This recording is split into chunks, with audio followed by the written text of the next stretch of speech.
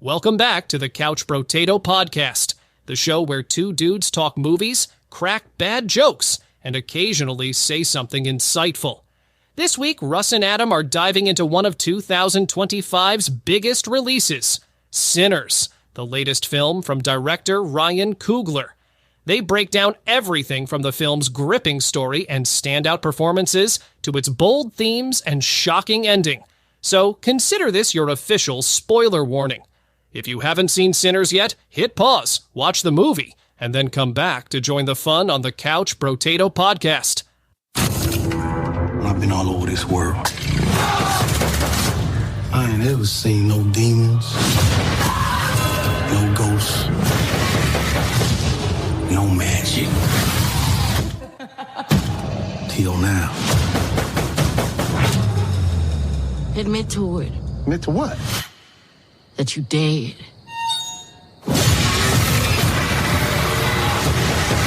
Sinners, only in theaters, coming soon.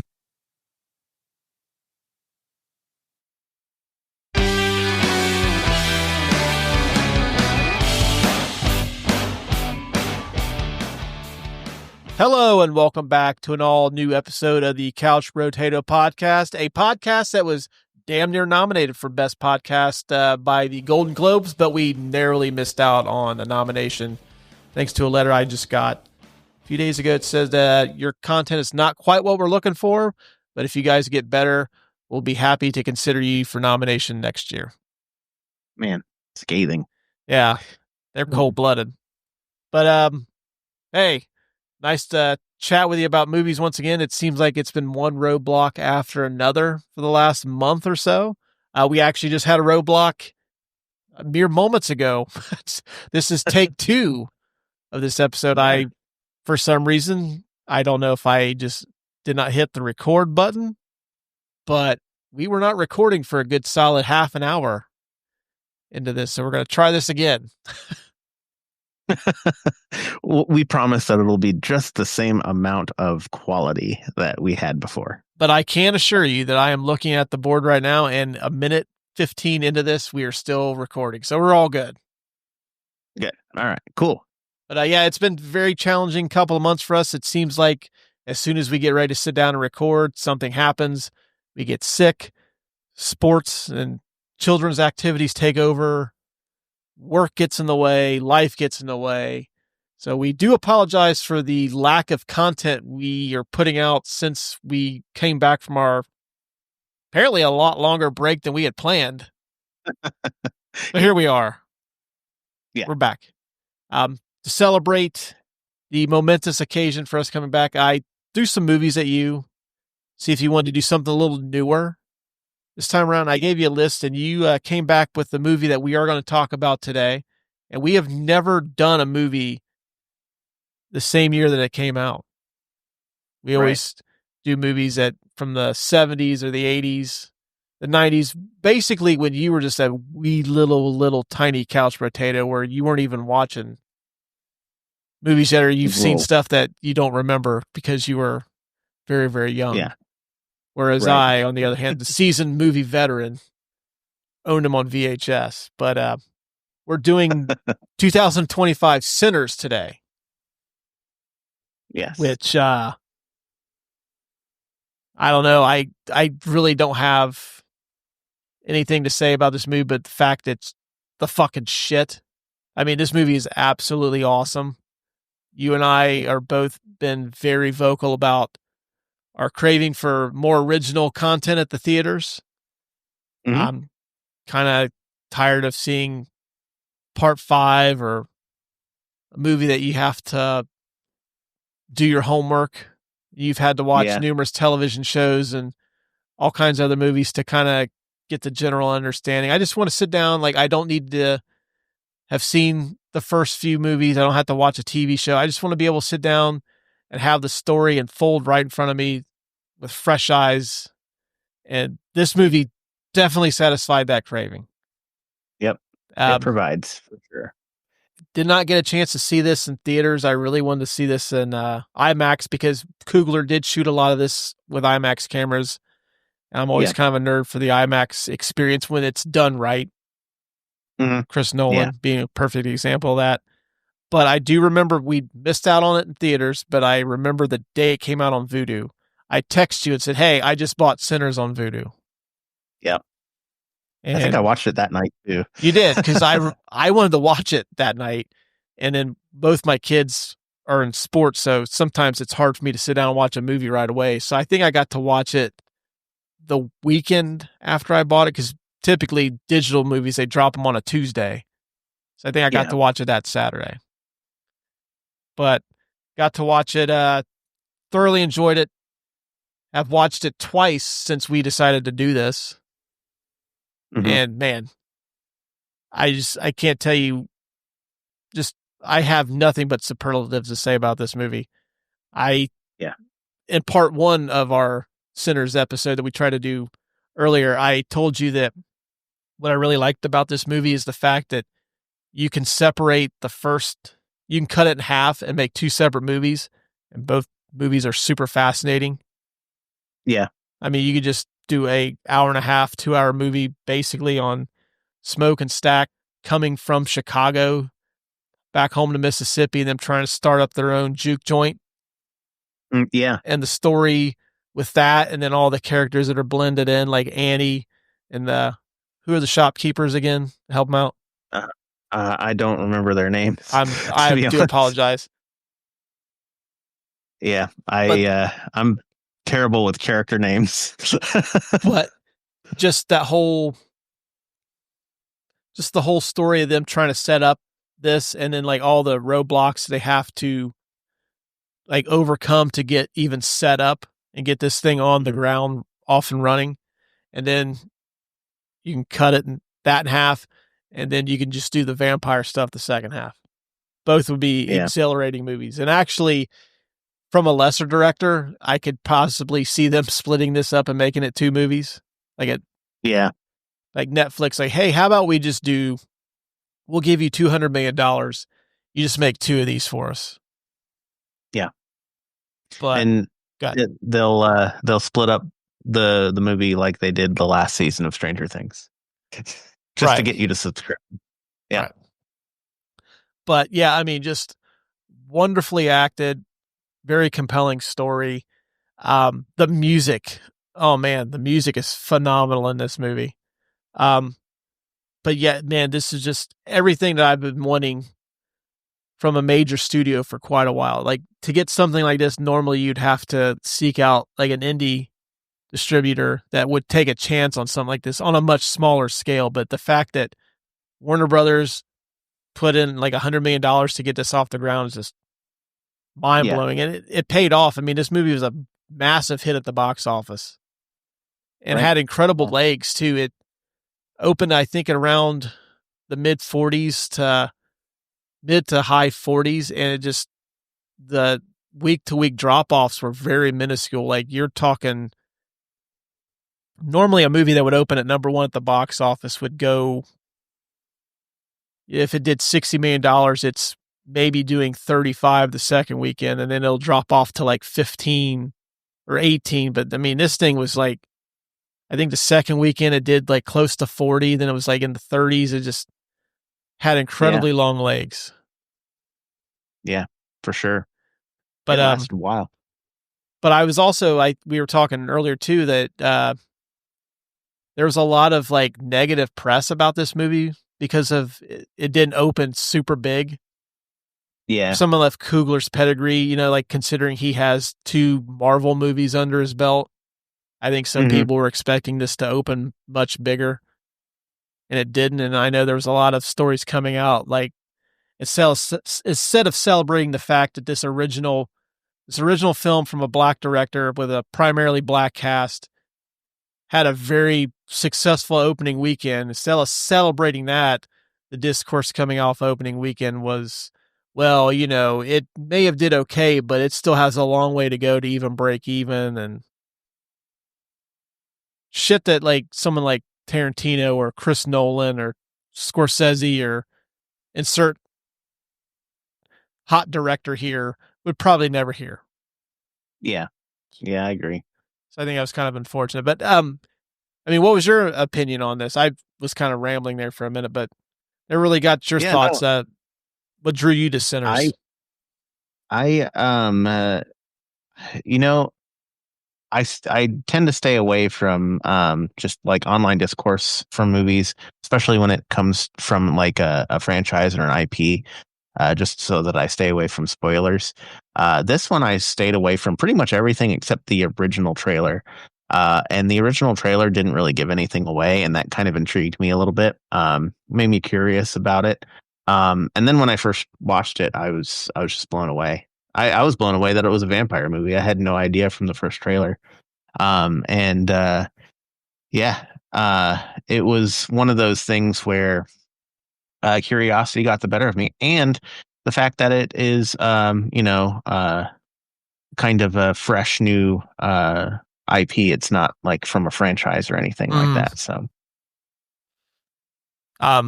we do have an opportunity to go see this in theaters. I was checking through my emails, and this is coming back out to theaters, IMAX, October 30th. Yeah. But, Back to the Future is coming out the same weekend. So yeah, I think we discussed in the take one of this that our local IMAX is about 30 minutes from us. It's in Beaver Creek, Ohio. And I think we should send out listen, Cinemark at the Green, just do us a big solid. Just put Sinners and Back to the Future. Let them share screen times. Yeah, for their one IMAX screen. I would be more than glad to pay for a ticket to see Back to the Future and Sinners on an IMAX screen. Same day. Same day. Yep. Go see Back to the Future. The Green is also sort of one of those outdoor malls. Just go shopping, have something to eat, come back, watch Sinners. I'm fine with that. I'll fucking camp out at the movie theater, man. Like, I always buy popcorn and a drink there. I'll just load up on popcorn. I'll probably pay for it later on. But I'll get a DD because I think that that movie theater also has a bar. They do. So there you go. Perfect situation. So yeah, let's make that happen, Cinemark. Just have Sinners and Back to the Future share the IMAX screen. Have them Back to the Future, then Sinners, and Back to the Future. You want to make it to where the kids can come in the afternoon, just have Back to the Future, have all the daytime showings, and have Sinners have the evening showings. I'd be more than happy to do that. Yep. I'll spend a day at the movie theater. I've done it before. Yeah.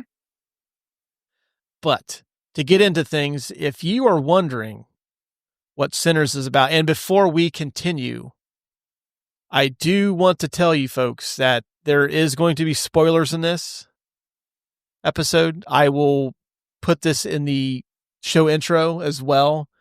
There will be spoilers in this. So I beg of you, if you were interested in seeing Sinners, please stop the episode, go check it out. I'll tell you where it's at. You can watch it. Go watch it, and then come back and listen to the episode. Yep. But if you're wondering what it's about, of course, my phone decides to shut off, and I had my notes up on it. Okay, here we go. In case you're wondering what in the fuck Sinners is about, well, I'm going to tell you.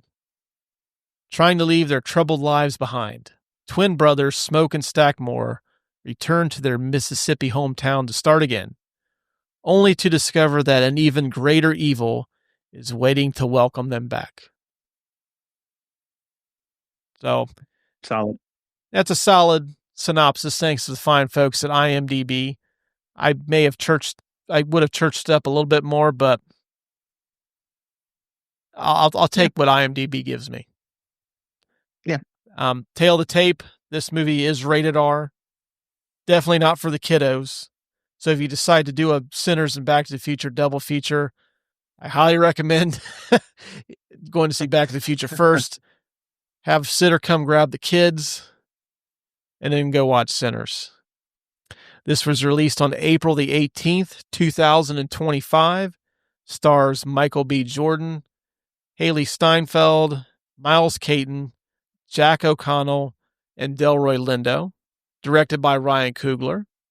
The Rotten Tomatoes score is 97% from critics and 96% from audiences. The consensus, a rip-roaring fusion of masterful visual storytelling and toe-tapping music. Writer-director Ryan Coogler's first original blockbuster reveals the full scope of his singular imagination.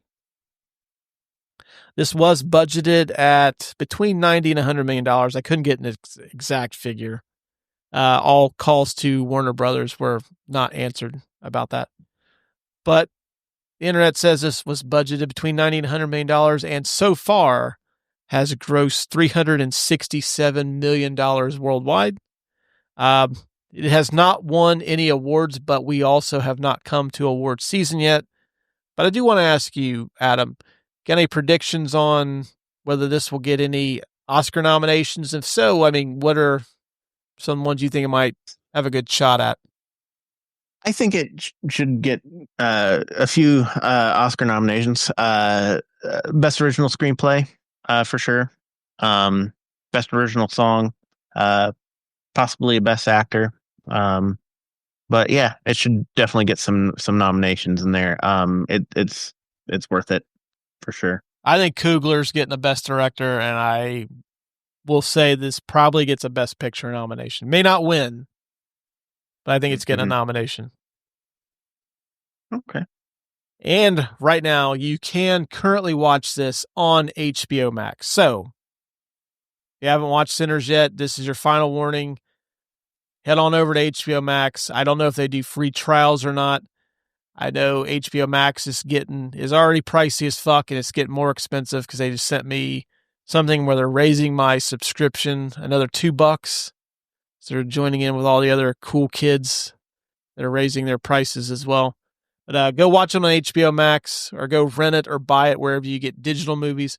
Or I have talked recently, Adam is a big physical media collector. You can buy this now on 4K Blu-ray. So go buy the Blu-ray. Yeah. Go do that too. Even if it's not the 4K Blu-ray, buy the Blu-ray. It's a good movie, even in 1080p. But if you have the opportunity, get the 4K. 100%.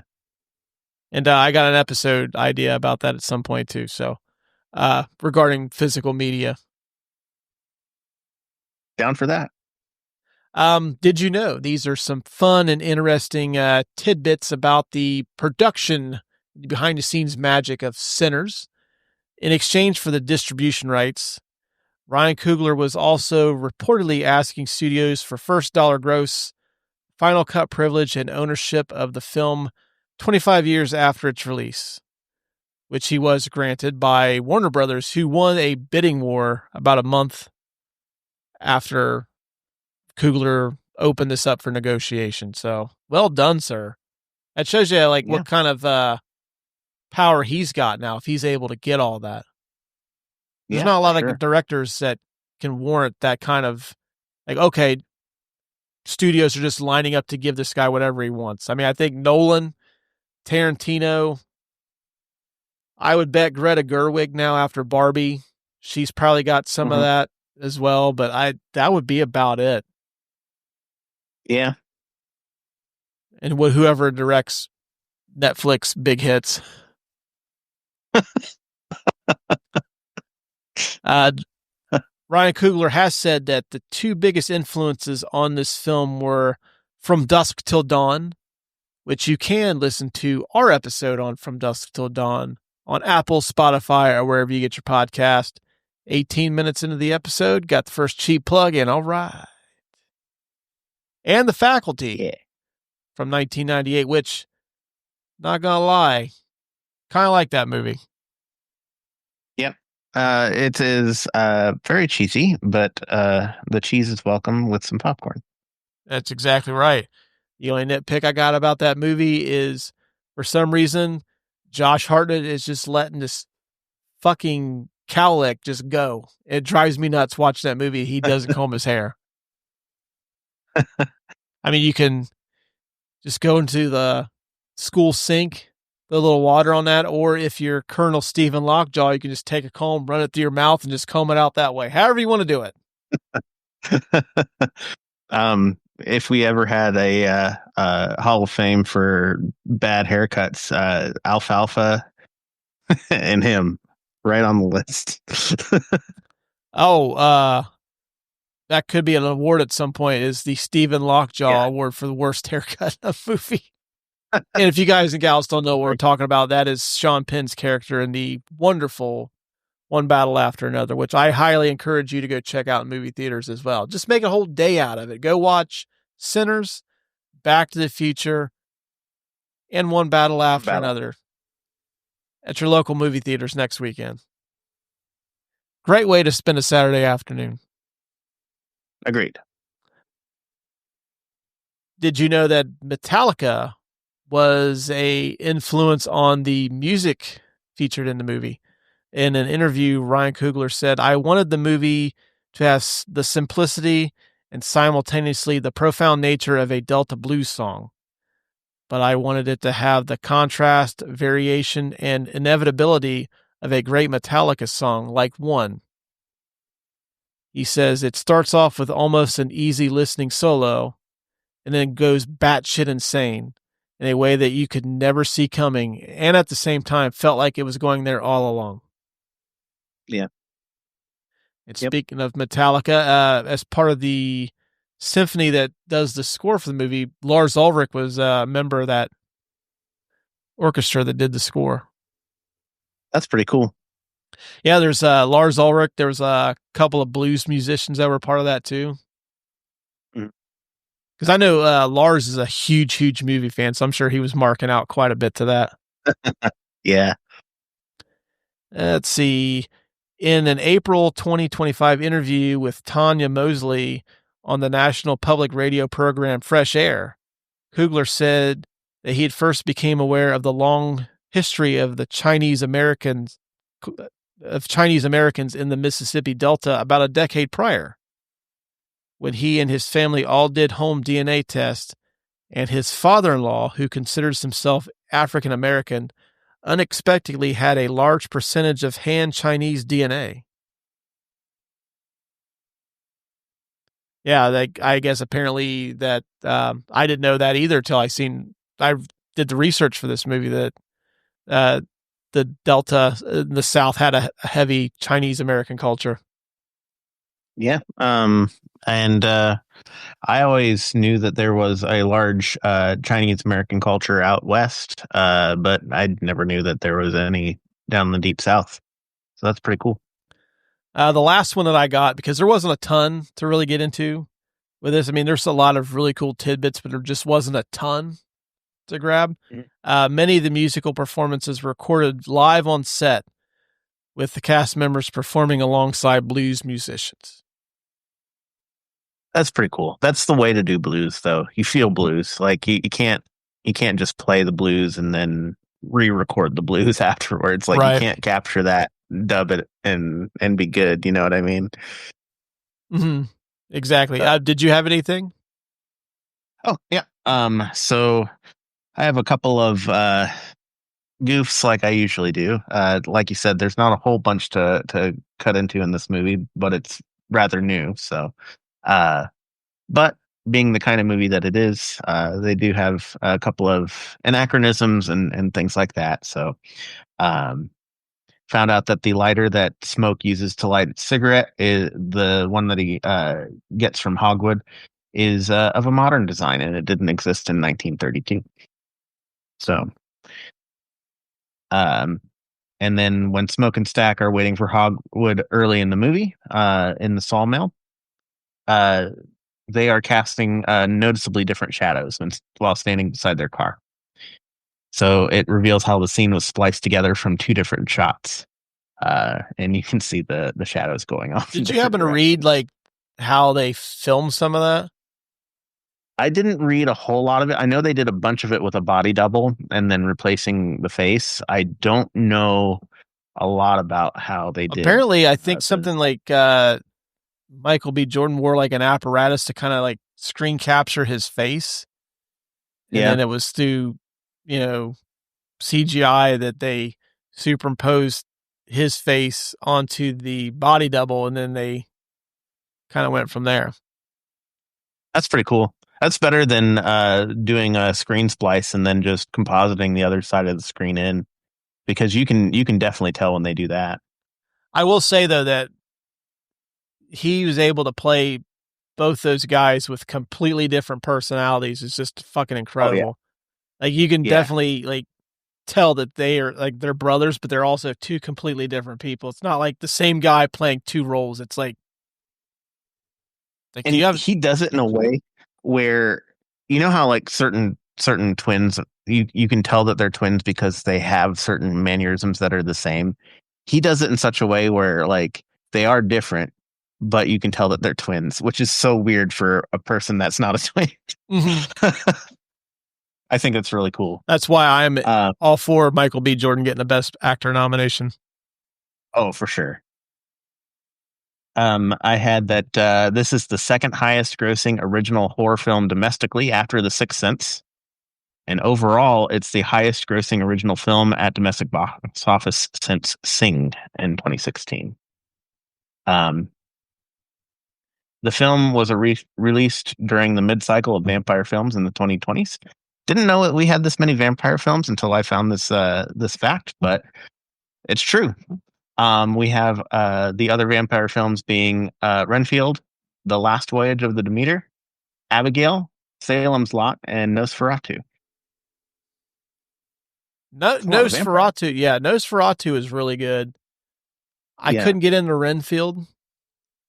I've had people tell me that it's worth a rewatch, so maybe I'll revisit it at some point.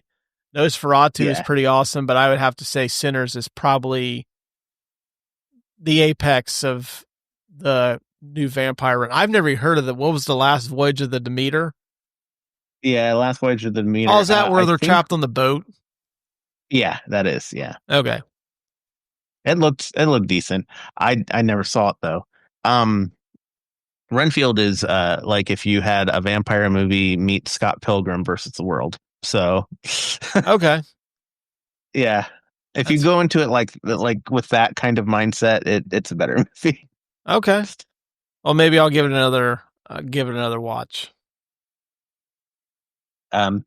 So according to legend, vampires can only enter a house if invited by the owner. I don't know where this legend comes from. I don't know, like I'm sure it's some obscure movie or book about Dracula or something like that. It's probably like the same thing that like with time travel and like any other kind of rules of society when it comes to like a certain like movie like culture. Just like I think it's probably developed from movies. Like, you know, like Back to the Future kind of set the template for time travel. Like you can't run into your future past self. You can't. And I'm saying probably the same with vampires. Like you got to kill them with a wooden stake. They're vulnerable to garlic and holy water. You know, the whole nine. Yeah, can't be out in the sun unless you're in the movie Twilight.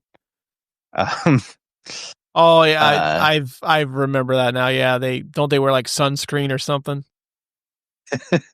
They're all sparkly in the sun.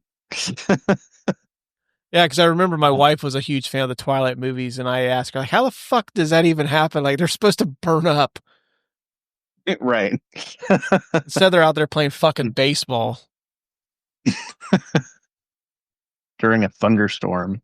I lost my train of thought now. According to legend, you can only enter a house if invited by the owner. Lisa Chow invited them in, and she's not the owner. The brother, who was already a vampire, was the owner. So all of the vampires could have entered before she invited them in. Well, that would be the rule, though. Like, since he's dead, yeah, it's not really him anymore. He's the owner. The co-owner of that place is dead, so he can't really invite himself in. Well, regardless, Lisa Chow can't invite them in as the owner because she doesn't own the place. So, man, when she invites him in, though, she's like, this fucking lady wants to smoke. She just like fucking yelling. She's ready. Yeah. She's ready for a fight. Oh, she has the most awesome kill in the whole movie there, where she's pretty much on fire and just burns to death, like just staking the shit out of that one vampire. Yeah. Oh man, that's my gal right Such a there. great scene.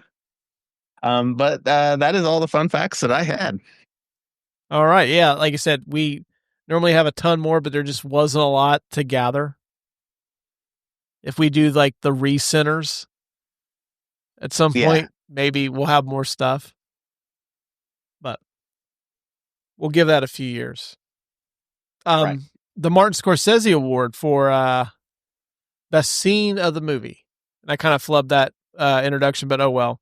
But the best scene of this movie, or the scene that if you caught it on TV, you would stop and at least watch the scene.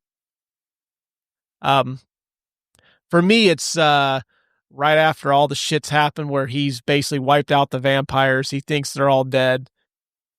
And he kind of has that realization that, like, well, he's not done yet because the clan's coming to kill him.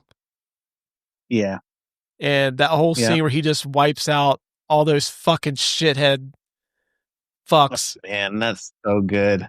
That is so good. It's so satisfying. Yeah, it is. It really is. I mean, this guy's already been through fucking hell. Like, basically his brother is dead. The love of his life is dead. He pretty much, and his fucking juke joint is pretty much fucking destroyed. And now he's got to deal with these assholes. Yeah. And I love the hidden gun trick. I love that movies where the hero's got like guns somewhere. And like he just kicks that fucking rag off and he's got that Tommy gun in there. Oh man, it's such a cool scene. That is a really cool scene. There are quite a few different groups of people in movies that like you want to see get hurt. Like at the end of like Equalizer 3, you want to see the drug dealers get hurt because they're terrorizing this community.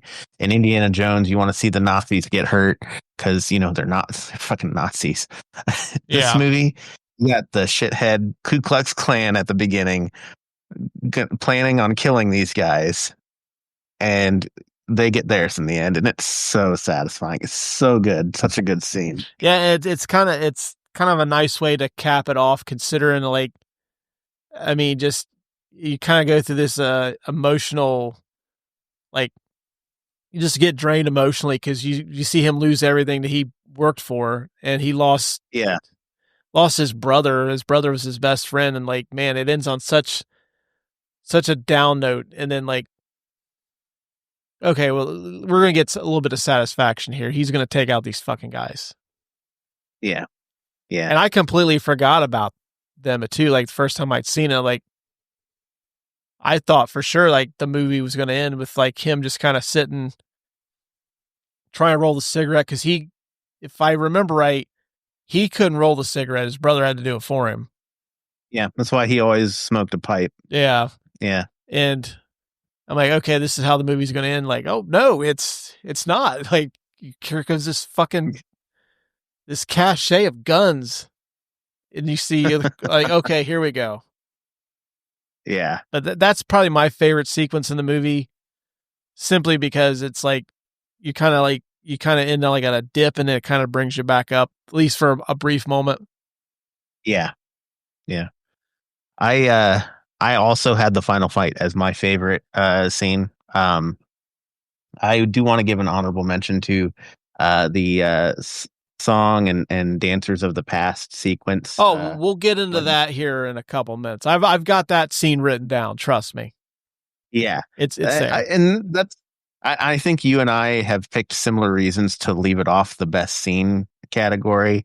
But I just wanted to give a shout out. I'm not forgetting about that scene. It's a great scene. I like the final fight scene for this category, though. Yeah, for sure. Honorable mention for me too is like when they're going into the town and you kind of meeting like the different people that are eventually going to be involved in this. You get to meet Annie, you get to meet, Delroy Lindo, who, man, Delroy Lindo, I'll get into him shortly. Get to meet him, get to meet Cornbread. This the whole journey to get there. That stuff was kind of cool too. But yeah, definitely the final sequence for me. Well, it's not not the final sequence. But then also I will give an honorable mention. The post-credit sequence is pretty cool too. It is. Yeah. Where Preacher Boy is played by, the older version is played by, arguably like on the Mount Rushmore of blues guitar players, Buddy Guy. Yeah. Yeah. And bonus points for Michael B. Jordan and Haley Steinfeld. Like the fucking outfits are definitely from the 90s. Yeah. Oh yeah. But yeah, I'm okay giving this to the battle sequence at the end, or the shootout. Yeah. The Andy Dufresne Get Busy Living or Get Busy Dying Award for the best or most quotable line of the movie. I'm going to let you give yours first because mine's quite different than yours. I saw yours. Love that line. Can't wait for you to read it. But my line was, "You keep dancing with the devil, one day he's gonna follow you home." Love that line. It just kind of summarizes the entire movie. Whether it's an actual devil like a vampire, or the sins of your past, sinners, or even something that you left alive, hence the scene at the end. So, or even like Preacher Boy turns his back on, not turns his back, but he kind of turns a blind eye to God because his dad doesn't want him to go, and he goes anyways. Yeah, so that line kind of fits every motif in the movie, really, and I like the line. It's a cool line. It's really well written for sure. If I had this movie would have come out when I was in high school, that would totally be my yearbook quote. Yeah, that is a good yearbook quote for sure.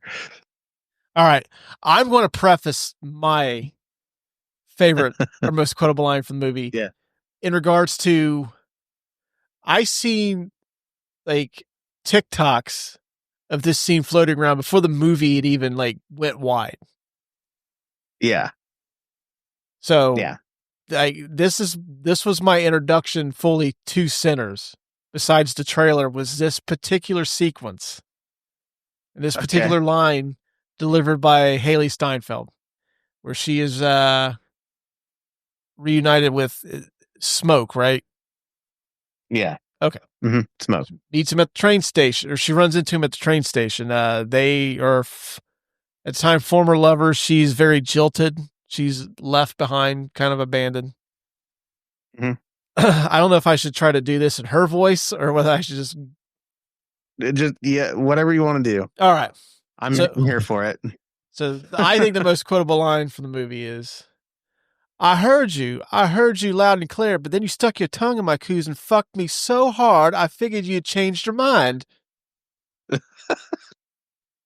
Love that line. First off, I've found Haley to be a very attractive young lady, married to NFL football player Josh Allen now, and I think Josh Allen slapped a ring on that pretty quick after that line, because she fucking goes for it. Yeah, and she's actually got some of the raunchier like dialogue in the movie. She does, yeah. And see, I remember think her at one point she like is drooling, and she asks if she wants, if Smoke wants some of it in his mouth. Yeah.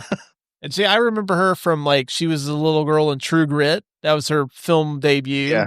And then she was in The Edge of 17. And then she went on to go into I didn't know she was a singer until recently, but she did some music, and she also did, she was Kate Bishop in the Hawkeye TV show. So this is a complete 180 from what I'd seen her in. 100%. But I'm giving it to that. It's not the best line of the movie, but for me, it's my favorite simply because, like, for about 2 weeks after this movie came out, that thing was on my fucking TikToks all the time in some variation or another. Yeah. So I'm giving it to that. Okay. So, are we giving it to yours or are we giving it to mine?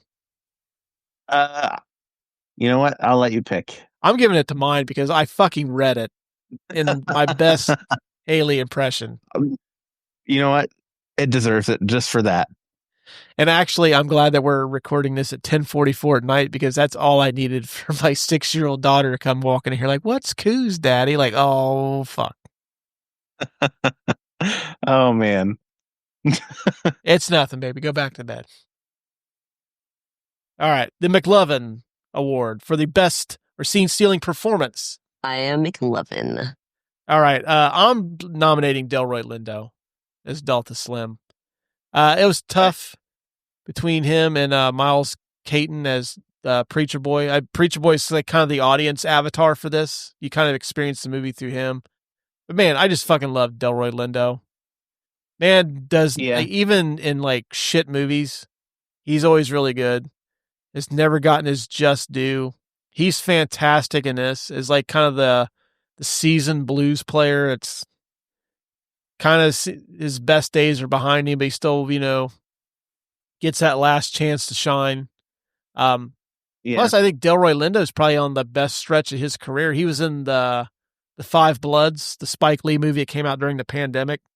Should have won an Oscar for that, and he didn't. Now this, I have a feeling he's probably going to get a Best Supporting Actor nomination for this. At least I hope so. But yeah, I think he's probably my favorite supporting character in this. But I mean, there's so many. Like, Miles Caton, obviously he's really good, and it's hard to believe that was his first movie. Didn't know he was a singer until researching this. Yeah, I didn't know that either. Haley Steinfeld, really good too. The actress that played Annie, she was fantastic. I almost gave it to her. Yeah. She was really good. But yeah, it's Delroy Lindo. He's my dude. Yeah. Honestly, your explanation probably is better than mine. So we'll probably give it to yours. But I nominated Omar Benson Miller as Cornbread for mine. Well, see, I have him in a different category. Okay, I see. But reason why he's the lovable muscle at the door. Probably couldn't hurt a fly, but put the big scary guy at the door. And then kind of how he falls to the vampires is sad to me, and I feel like he deserved better. So I put him up for this nomination because he was one of my favorite characters, and it just made me sad when he died. Yeah. I had him as my Dean Winters Award nominee for the actress that I've seen in a movie, but I don't know their name. He was my nominee for that. And I remember him from 8 Mile. Yeah. He's been in some other things too, but I primarily remember him from 8 Mile. He's a great nominee for that category too, just because he has one of those faces where you're like, oh, I've seen that guy in something. So yeah, perfect. My Dean Winters Award was Haley Steinfeld because I had recognized her as Kate Bishop. I don't really remember her in a whole lot. She was in True Grit, right? And I just don't remember that. Oh, True Grit's great. It's actually one of the rare remakes that's better than the original. I know I saw it, but I don't remember her in it. Oh yeah, she's really good in it. She almost steals the movie from Jeff Bridges and Matt Damon. That's how good she is in that. Yeah. But she again has one of those faces where it's like, I know what you've been in. I've seen you before, and then like I go to look it up, and I'm like, okay, yeah, I remember now. So that's why I nominated her for this. Yeah. See, like I didn't because I know her as she's Yeah. she's I wouldn't say like a top tier MCU character, but I mean, she was pretty much the basis for a Marvel television show. Right. And plus she's Gwen Stacy in the Spider-Verse. So, Oh yeah, she is, isn't she? yeah. So we giving this to Cornbread since he didn't win the Yeah. McLovin? Yeah. Okay. The most 2025 moment of this movie, and I was thinking about this at work on my way to one of my stops. Like, what exactly does this award mean? Do we take it from like the era that was made or what? But I figured like the year that it comes out. Year it comes out. Okay. For me, the most 2025 moment is the fact that we could be on a run of like original movies are coming back and coming back big. I mean, we've had a lot of like, I mean, even if you take out the fact that Minecraft was based off of a video game, Minecraft is the second highest grossing movie of the year so far. We had not had a Minecraft movie prior to that. Then we had Sinners. We've had Weapons. We have had one battle after another. May not be such a great case because it's kind of been a box office disappointment. But I mean, there's been just an absolute ton of great original content this year. Yeah, and I don't want to say that movies are back, but I think we're close. And I think this is the year that it kickstarts it.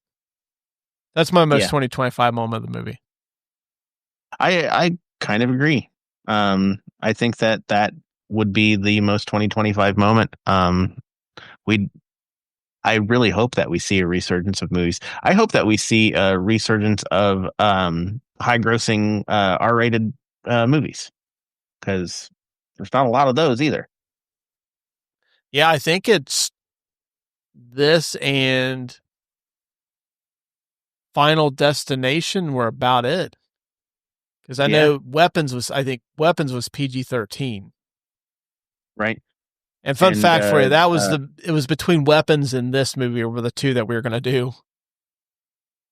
Oh man, so full disclosure, haven't seen Weapons yet. Weapons is a banger too. But it is on the list and it will be watched before the end of the year. So, but hey, you know what? I'm not going to argue with this choice. This movie's fucking awesome too. I just think it's the fact that like we've had a lot of really great original content this year. So that's my 2025 moment of the movie. I agree. The Indiana Jones. I was just saying, I agree. Oh, you just agree. Okay. Yeah.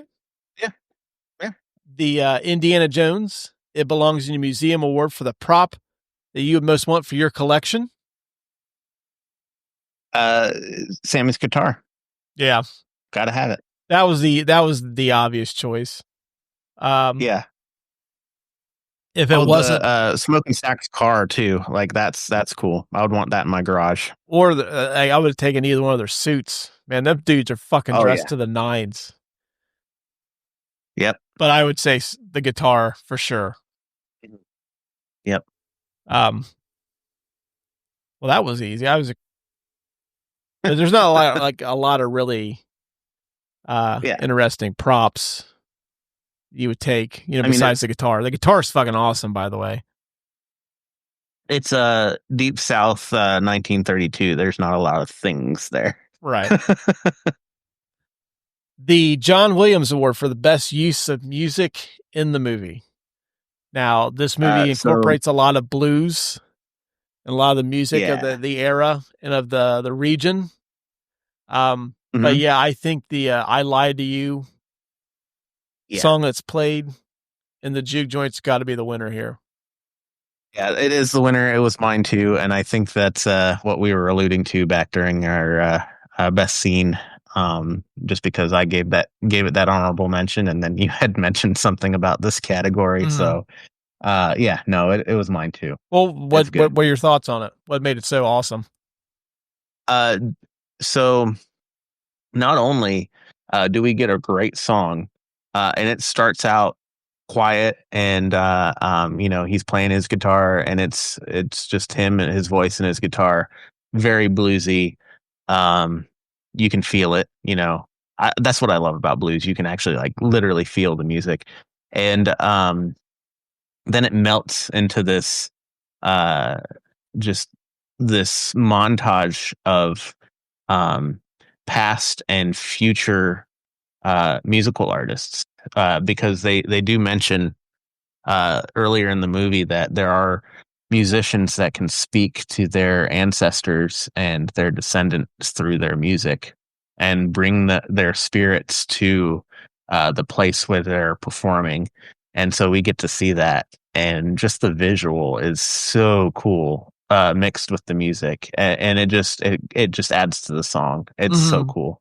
Yeah, you get little bits and pieces of each of those musical styles too. Yeah, it really celebrates like black black music.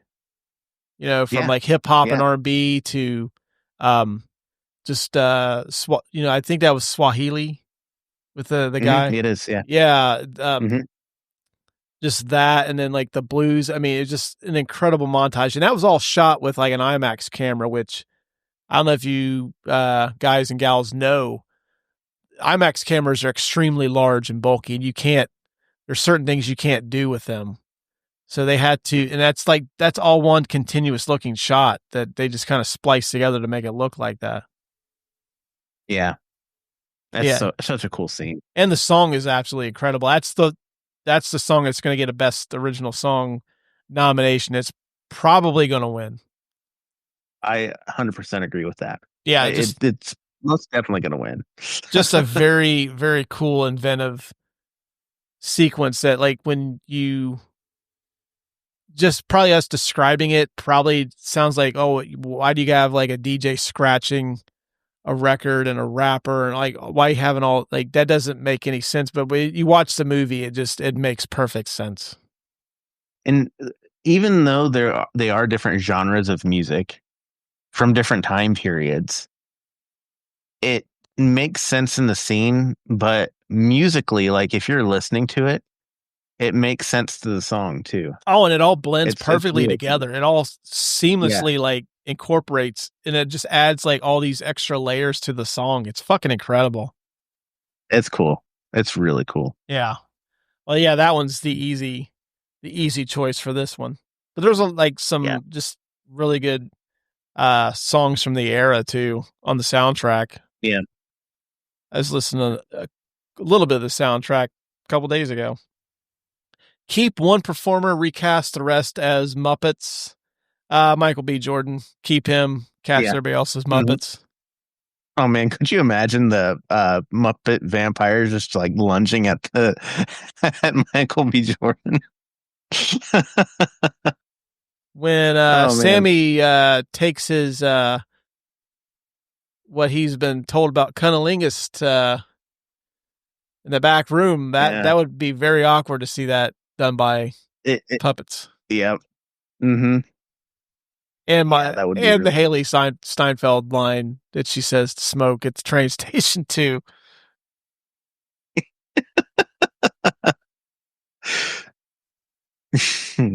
Just be the head flopping back and forth. That'd be perfect. Yep. Oh man, that's funny. The Mount Rushmore Award. Would this movie make this certain performer or director, screenwriter, whatever, would this make their personal Mount Rushmore? Michael B. Jordan, yes. Yeah, 100%. I mean, I don't know if, I think we have a little bit to go before you can say this is his signature role, because he's Adonis Creed. I think that's the role he's most known for right now.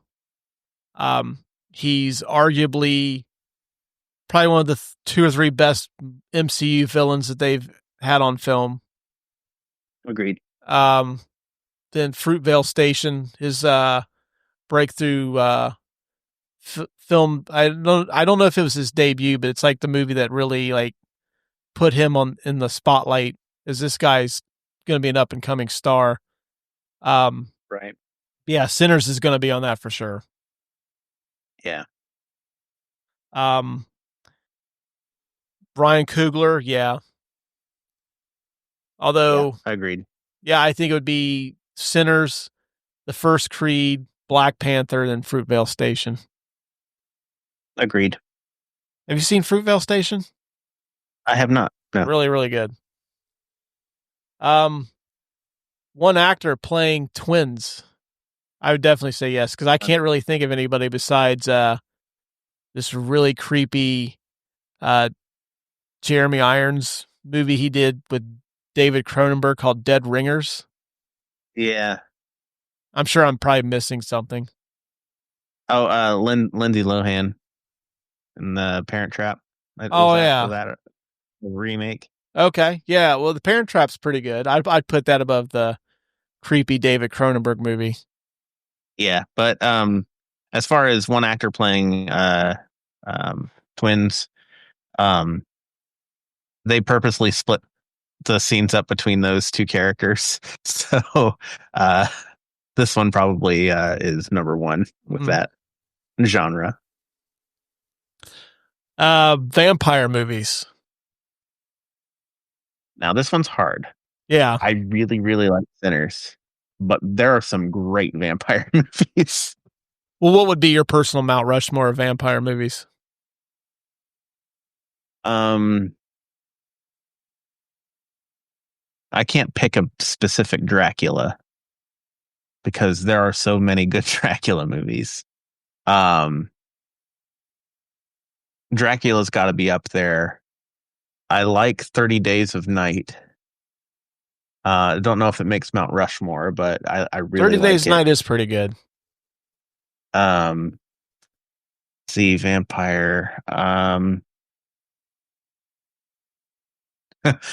If my wife were on this podcast, she'd say Abraham Lincoln Vampire Hunter, but that's just a good. I would tell her to get out. I was like, okay, you can see yourself out now. Yeah, there's the door. Trying to think of other vampire movies just off the top of my head. There's that one with Sam Neill. What was that called? Night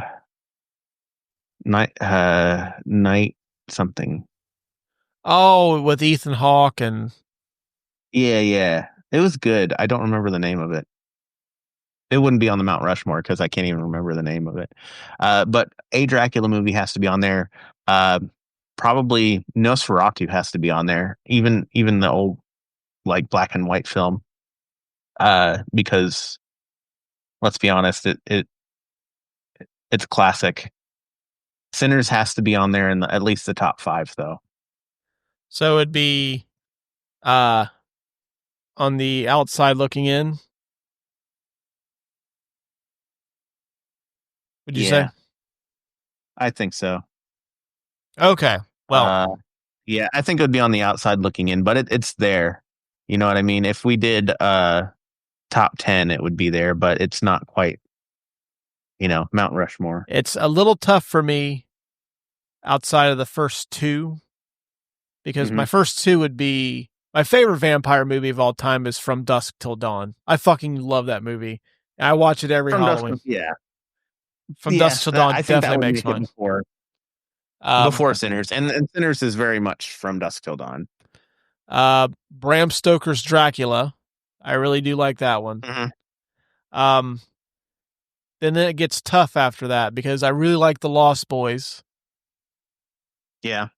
I really like Sinners. There's also a small little vampire movie from 1985 called Fright Night, which I fucking absolutely love.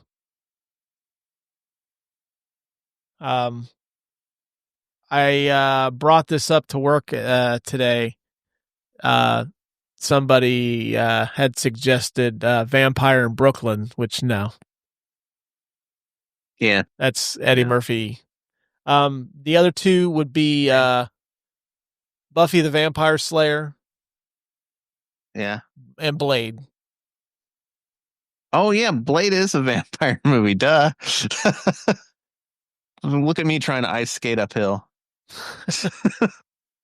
So, yeah, it's pretty tough. But as of right now, I would say Sinners is left off my Mount Rushmore vampire movies. But I think as time goes on, it might creep up there. But I would say right now, if you were asking me, it would be Bram Stoker's Dracula, From Dusk Till Dawn. I would say Blade 2 over Blade 1 because I think Blade 2 is a better movie. Okay. And I don't know, it's tough. If you're asking me right now in the mood I'm in, I would take Fright Night over The Lost Boys. But if you were asking me tomorrow, I might say The Lost Boys over Fright Night. But what about Vampire's Kiss?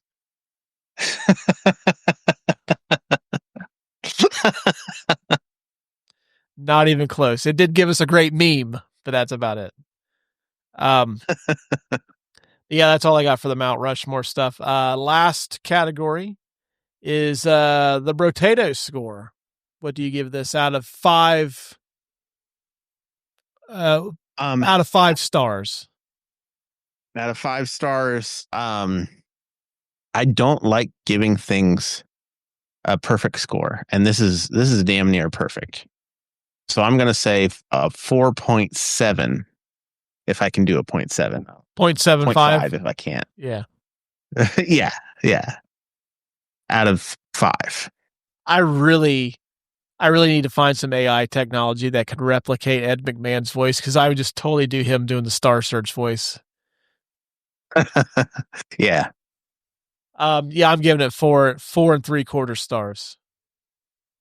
Okay. I think this is probably when we do our, which I hope that we get enough movies into where we could do a year, like the last episode of the year. And I promise you guys and gals right now that we will have an episode, a best of episode by the end of the year. Yeah. That's my solemn vow. Even if we have to do it on New Year's Eve, we will do it. But I think this will make, for sure, this would make the top 10, but it'll probably make my top 5 of the year. Yeah. So yeah, 4 3/4 stars. Solid score. Yeah. All right. Well, that's going to wrap it up for today. It's nice to be able to sit down and talk about movies again. None of this other bullshit like trying to earn a living. Yeah. Well, I mean, it's like riding a bike, though. You never forget how to do it. Right. You sit down and But that's going to wrap it up. Be sure to check out the show description below so you can find us on social media. So you can give us a follow on Facebook, Instagram, Twitter, TikTok, wherever you do your social media scrolling. And also, it's going to have our show email address on there, so you can contact me or Adam, whoever you prefer to talk to, so you can find out where to send us money to either help support us doing this full-time as our full-time gigs or to help buy Warner Brothers. So whatever you want to put money in towards, just hit us up at that email below. Also, if you like what you heard today, please take a brief moment. It only takes a minute. Leave us a 5-star review on Apple Podcasts. That helps support the show, makes us more visible in those search results, and also lets Adam and I know what we're doing right and what we need to improve on. So please take a brief moment. Leave us a 5-star review on Apple. You can also leave reviews on Spotify. So if you listen to podcasts on Spotify, just hit that 5-star button on there. Help us out. We do appreciate it. So I'm not going to say until next week because hopefully we'll have one out next week. But until next time, we will talk at you all later. Free audio post-production by alphonic.com.